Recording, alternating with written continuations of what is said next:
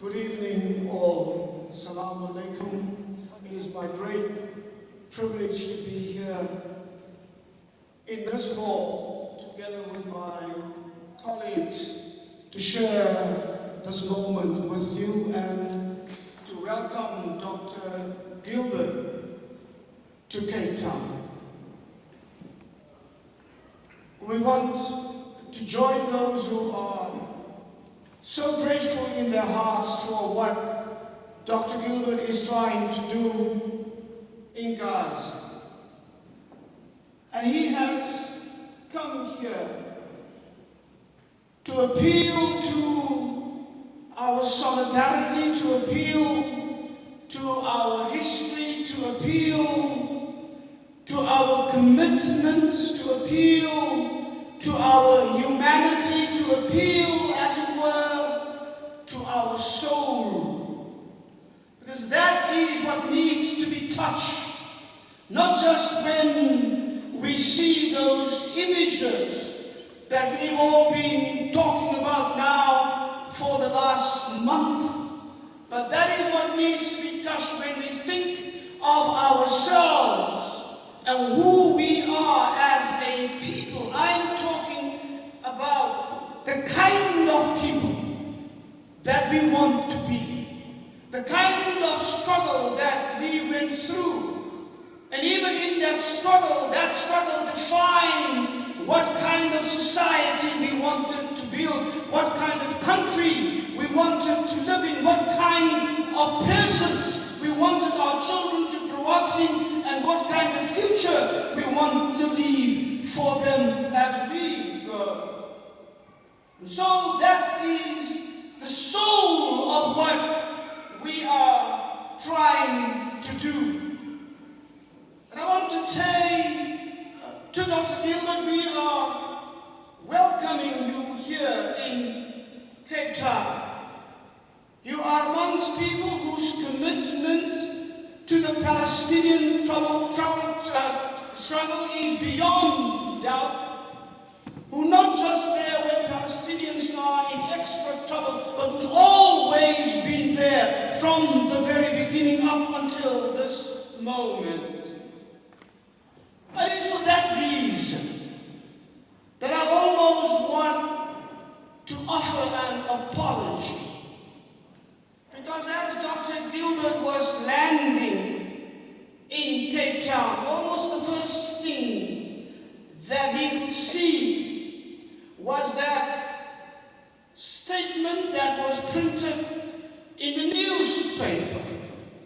The most recent statement issued by the South African government as to why they are taking the stance on Palestine and on the question of Gaza that they are taking.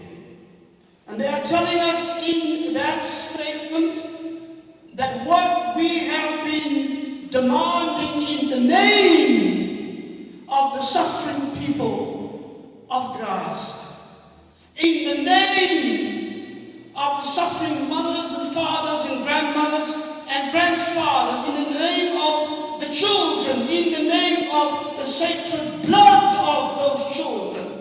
We have been demanding that the very minimum that our government should be doing in light of our declared solidarity with Palestine, and now our embodied solidarity with the people of Gaza, that minimum included the closing down of the Israeli embassy. They are telling us in that statement that that is not what is going to happen.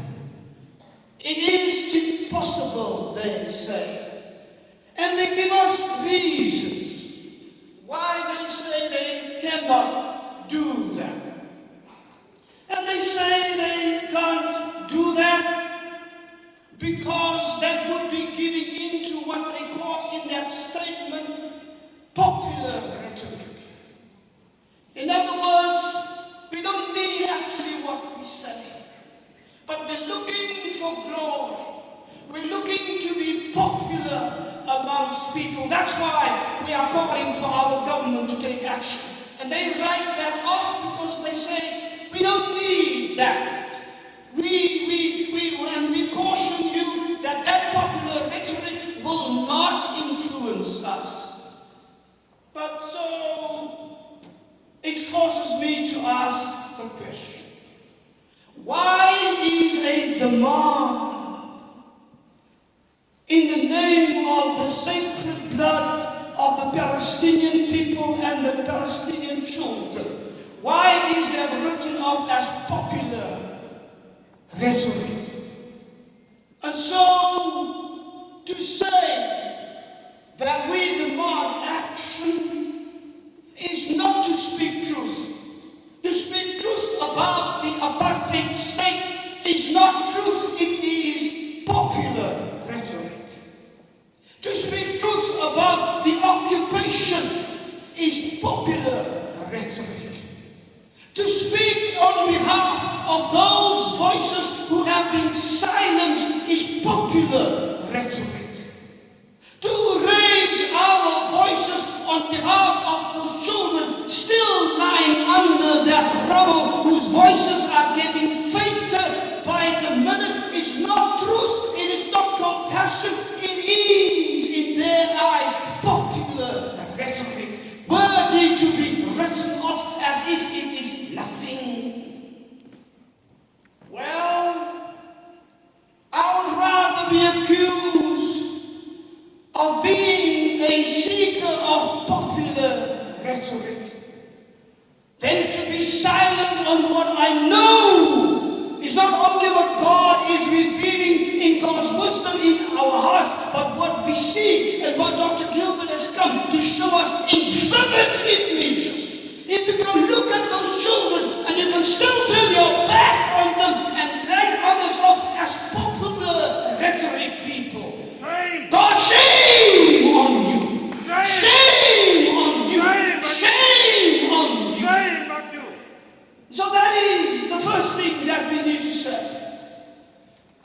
I cannot understand how it is better to be silent and not to be in a popular rhetoric mode than to stand side by side with the apartheid regime of Israel.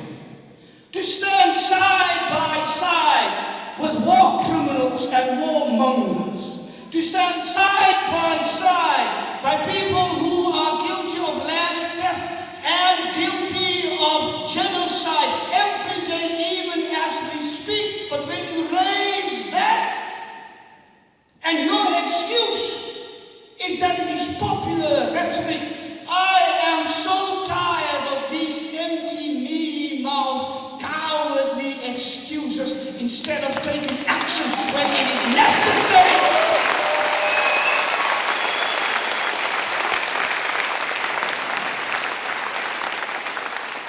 They say in that statement, my brothers and sisters, that it is not in South Africa's national interest to speak up. It is not in our national interest to do what we have to do. It is not in our national interest to close down this Israeli embassy. It is not in our national interest to trade with apartheid Israel. It is not in our national interest to stop buying weapons from Israel or to stop selling weapons to Israel. But which weapons, in your name, in your money, they go and kill Palestinian children. That is not in our national interest to stop that, they say.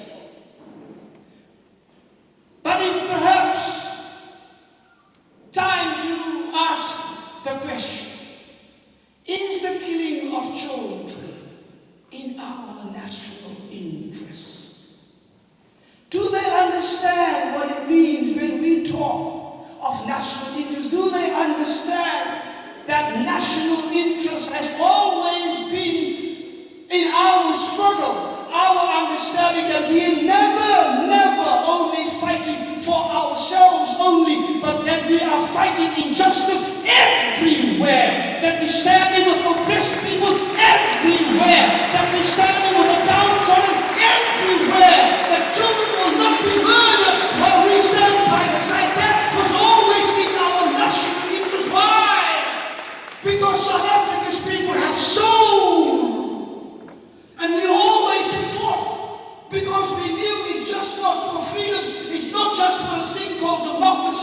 to save the soul of our nation. So that resilience of our people that we talk about, that's called soul. That resolute resistance from the very moment that those invaders from Europe came here to invade our country, to massacre our people, to steal our land, to enslave our people that they brought from everywhere, to subject them to their imperial will. That resistance, that soul.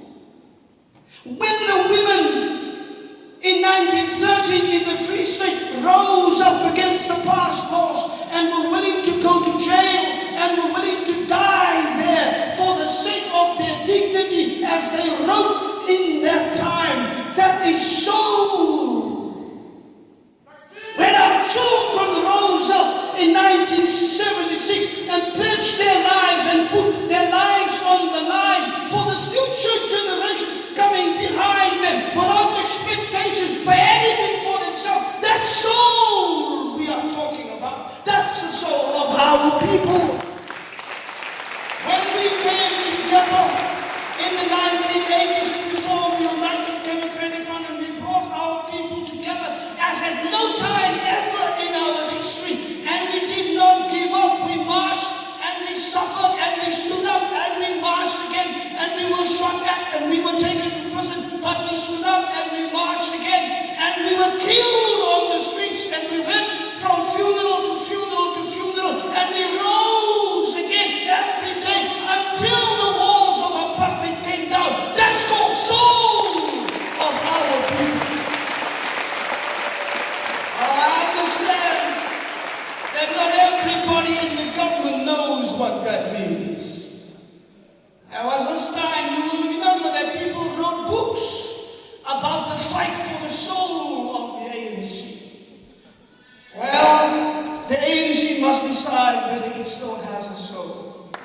Because how can you look at what happens in Gaza and say you have a soul? How can you look at the children and say you have a soul? How can you go on trading, go on making money, go on doing what you're doing and still say you have a soul? So where there once might have been a soul, I think there is now just one great big gaping hole, mostly filled with the love of money. That's what we are looking at here. And let me say one more thing again about this national interest.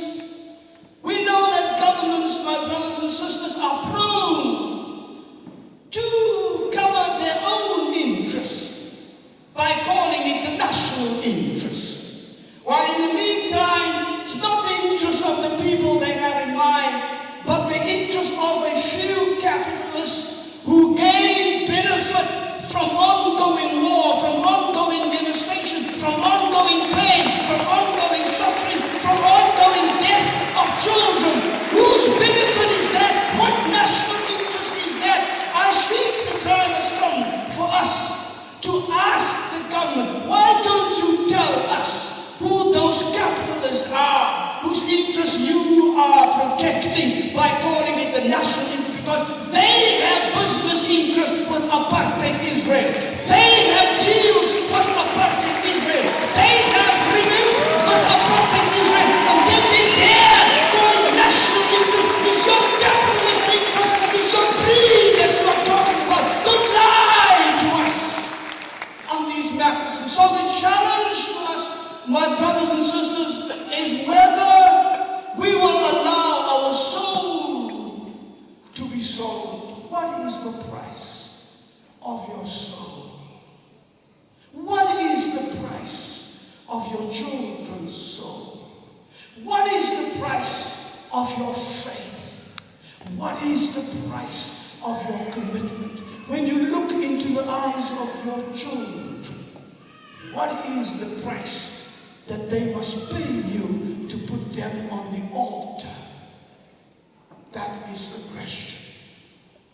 So let us not tonight, now that we heard the government's response, because let me think to tell them in your name, you might call that your but that's your response.